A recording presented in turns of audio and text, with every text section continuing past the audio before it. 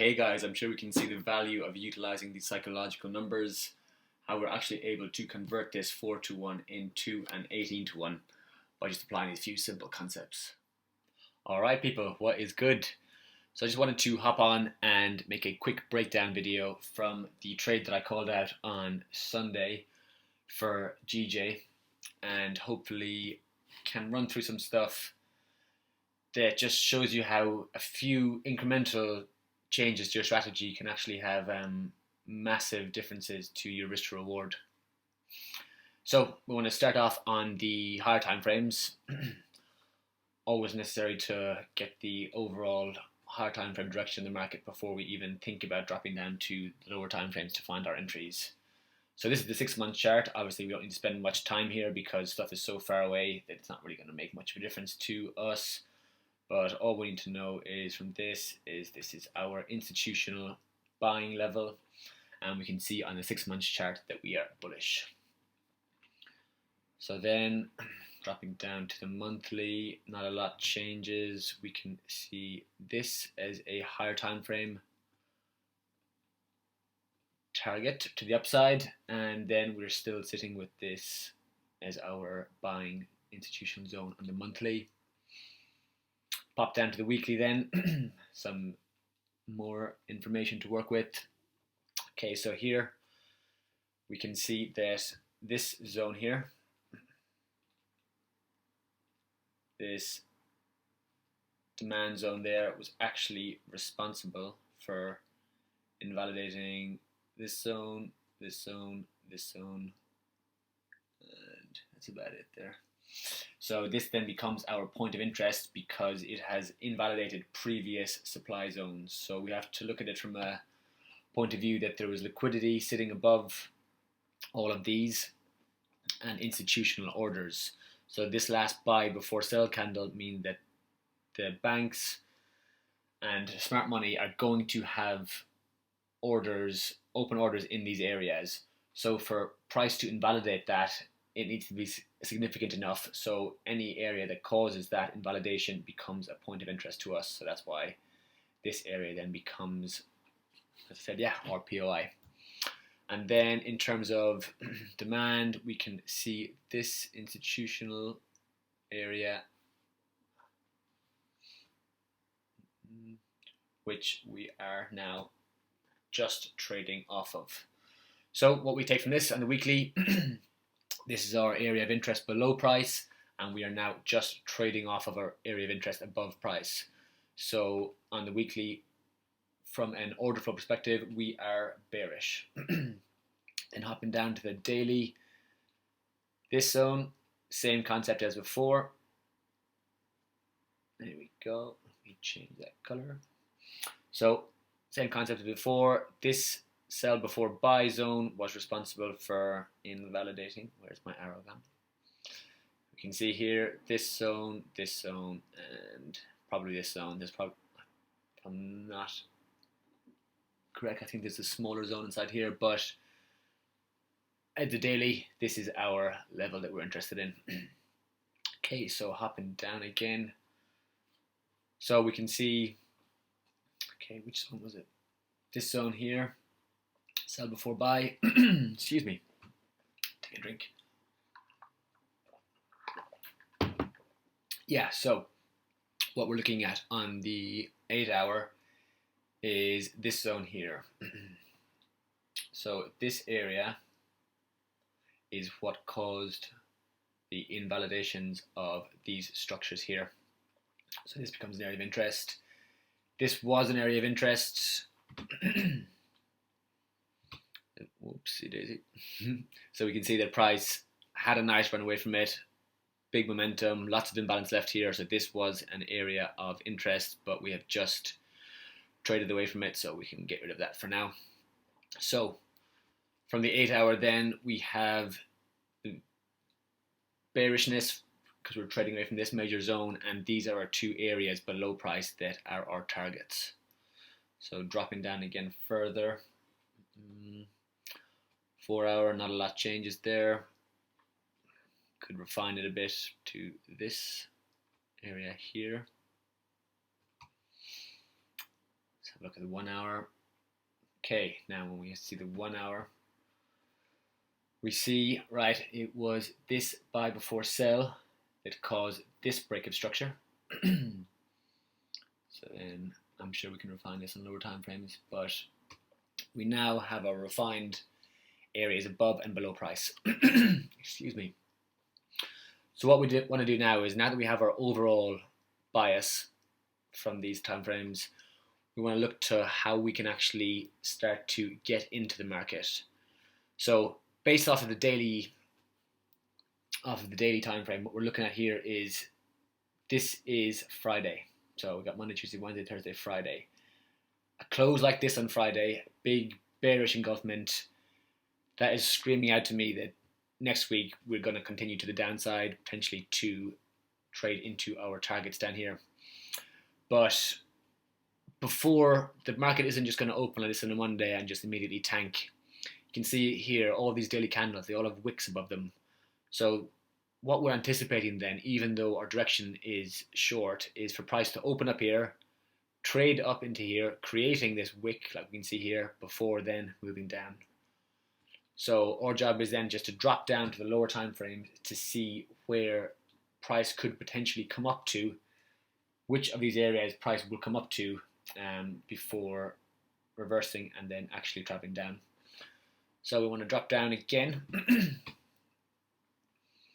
Right, so now on the 15 minute, we can see two clear areas of interest. This original 1 hour area can be refined down to this zone here. It's a nice supply zone there. Ooh. And then we also have this zone here. There we have it, that little wick there. So these are both potential targets that we could be aiming for as points that the market can reverse to when we open up on Monday. So how do we decide which one is which? Well, we're looking at it from this perspective. If we're looking at where the money is or where the profitable trades are, coming up these previous weeks here, we're creating higher highs, higher lows, higher highs, higher lows, higher highs, higher lows, higher highs, and then on this higher low here, we have to remember that at one point this 1 hour candle was completely bullish. This was fully green. So all retail who've been in here in all these trades, once this candle is showing green, you just have to imagine that they are flooding into the market in longs. Like, they are literally just pouring into the market, and when this candle reverses then and closes down here, that actually leaves all of the people who were in this area trapped. So anybody that was buying in these areas here is actually trapped. So anyone who bought there, we can regard this off as trapped volume. And trapped volume is a really important concept to start to train your eyes to spot where the traders are trapped, because this market won't want to revisit this area and release these traders. So obviously it's trapped volume, and then what else we're looking at for? We're looking at for liquidity as well. So price is currently in this box here. Got a high and we've got a low. So we're trading in between these areas. Price is always in a box, and we only ever want to trade once price has either breached the top side or the bottom side of the current box that we're in. So to kind of conceptualize that a bit more, we're looking at here. So once we were here, price was trading in between this high and a low. Well, at one point it would have been here and here. So price has got this low and this high, price invalidates that low, and then we want to get in the market and look for longs. We can then move it out to this box. Price is now staying with this high now and this low. Price invalidates it there and breaks the upside. So looking at price here, trading between this high and this low, got our high, got our low. All of this area in here, we don't want to be in the market at all when we're still trading within this box, because it's any man's game really, because there's liquidity above and liquidity below, and we don't know which way that the market is going to travel first, because no matter what your bias is, the market always needs to take care of current business first. So we want to wait for price to breach out of one of the sides and then trade accordingly. So as we can see, price broke above the box, quickly reversed, and then closed back below. So this would have been a short entry. Obviously it's in between sessions, so it's gap time, so we wouldn't have taken the trade here, but just look what happens as New York starts, gives us a perfect pin hammer followed by an engulfment. Boom, that is your entry there for that trade. Lovely short trade, sorry. Yeah, with your targets just being previous sessions lows. So this would have been your first target and then second target down here.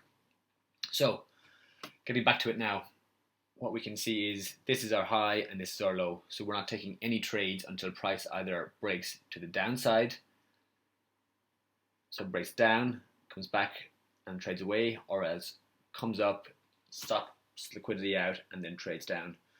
So we can see that we have liquidity sitting above here.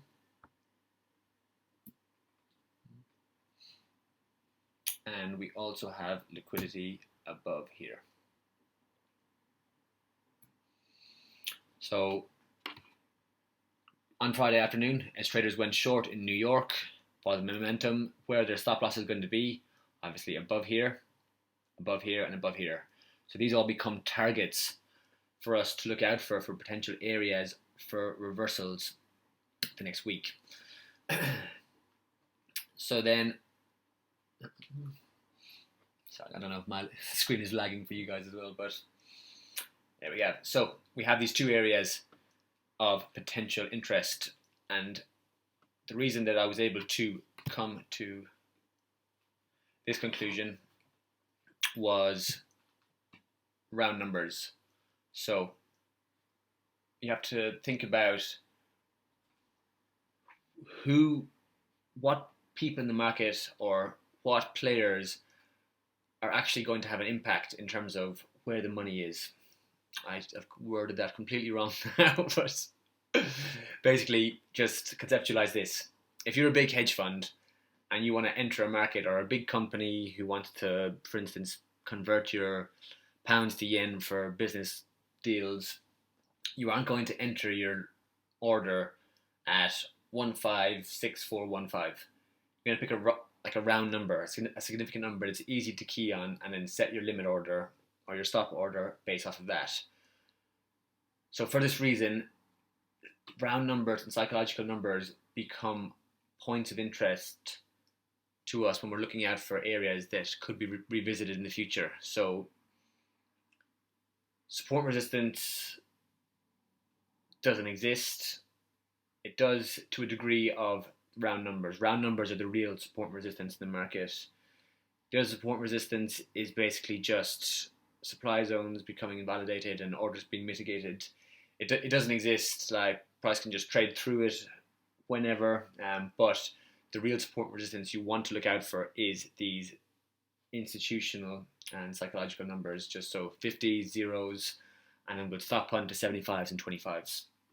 So then when we're here, so we're looking at, okay, price, our bias is short now, so based off the daily time frame, our bias was short, so we're looking at, okay, how is price? So price can either run down, come back to suck in some longs, and then travel down, but we anticipate it to create a daily wick, so we're looking for upside targets before we go down.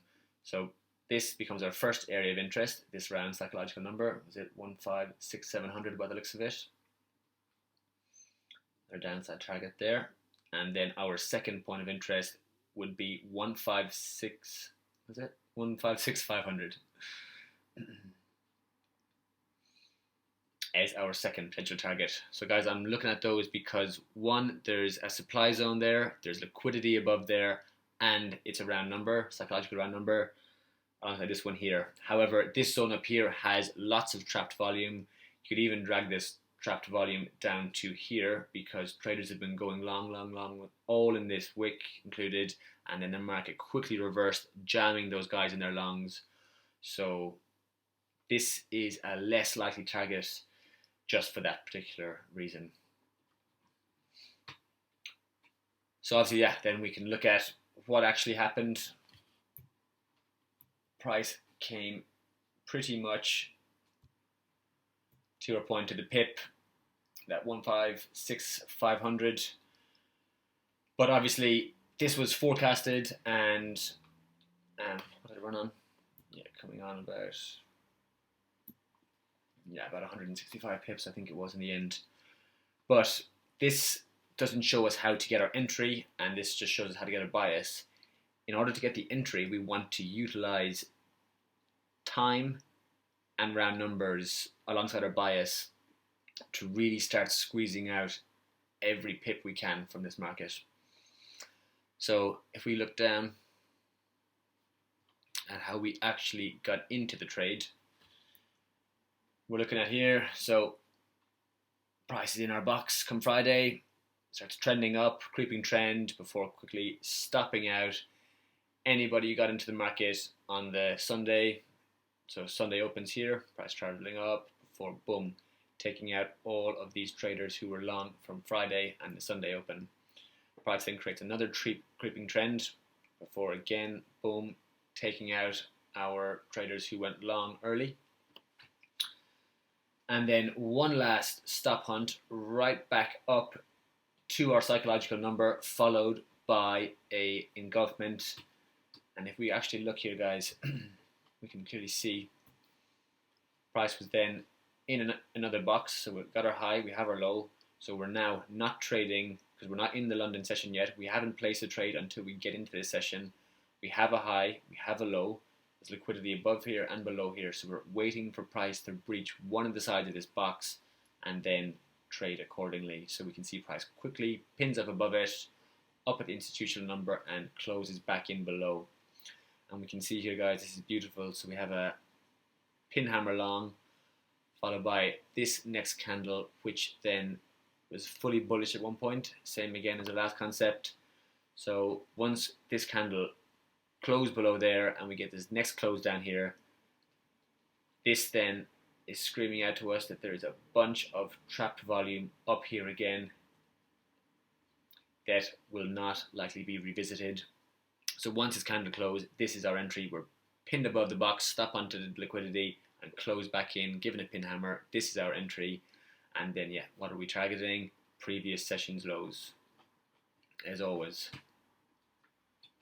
So we're looking at here, these all become potential targets. This low here, this low here. Every session low and round numbers become targets.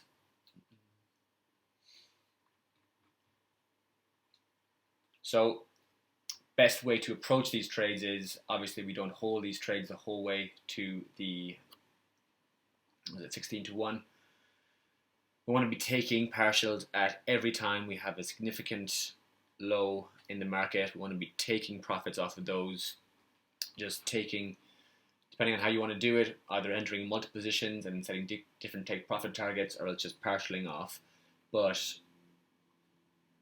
as you can see, yeah, just by incorporating a few little things, you really can change your risk to reward dramatically. For instance, if you were using a market maker strategy, or whatever your entry criteria was, if we're looking at a standard market maker entry, getting our entry down around here, 5, 6, 15-minute time frame, close below, yeah, it'll be about there. So once you get your entry signal, yeah, it's 4 to 1 compared to a 16 to 1. Little incremental differences can make massive differences to your risk to reward, guys, and to your profits. But yeah, hope that video provided some value for you guys. Hopefully there was some concepts there that you can start to incorporate into your trading. I'm going to be going over some of the stuff I touched on in future videos, but yeah, for now. Thanks for watching.